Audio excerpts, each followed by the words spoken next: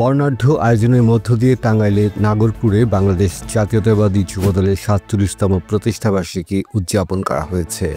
মঙ্গলবার ২৮ অক্টোবর সকালে উপজেলা জাতীয়তাবাদী যুবদলের আয়োজনে এই অনুষ্ঠান আয়োজন করা হয়।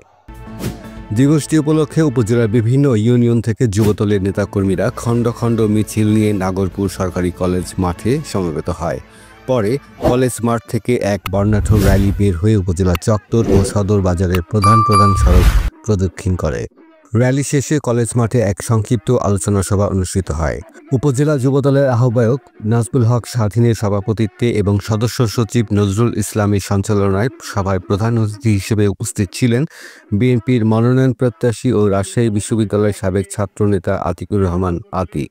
সভায় আরও উপস্থিত ছিলেন উপজেলা বিএনপি সাংগঠনিক সম্পাদক রফিজ উদ্দিন, যুগ্ম সাধারণ সম্পাদক ফারুক আহমেদ খান, দপ্তর সম্পাদক মিজানুর রহমান লাবলু, যুবদলের সাবেক আহ্বায়ক ফনির হোসেন ভূঁইয়া, সাবেক সদস্য সচিব রফিকুল ইসলাম দীপন, যুগ্ম আহ্বায়ক আরিফুল ইসলাম নবা, এলিম মাহমুদ, ইকবাল হোসেন, উপজেলার স্বেচ্ছাসেবক দলের আহ্বায়ক শাহজাহান সাজু, সদস্য সচিব জিহাদ হোসেন দীপ্তি, কৃষক দলের সভাপতি হুমায়ুন কবির, সাধারণ সম্পাদক জাহিদ হাসান, ছাত্র দলের সভাপতি মীর খালিদ মাহবুব রাসেল, সাধারণ সম্পাদক মনির হোসেন সহ বিএনপি, যুবদল, স্বেচ্ছাসেবক দল, কৃষক দল ও ছাত্র দলের উপজেলা ও ইউনিয়ন পর্যায়ে নেতাকর্মীরা।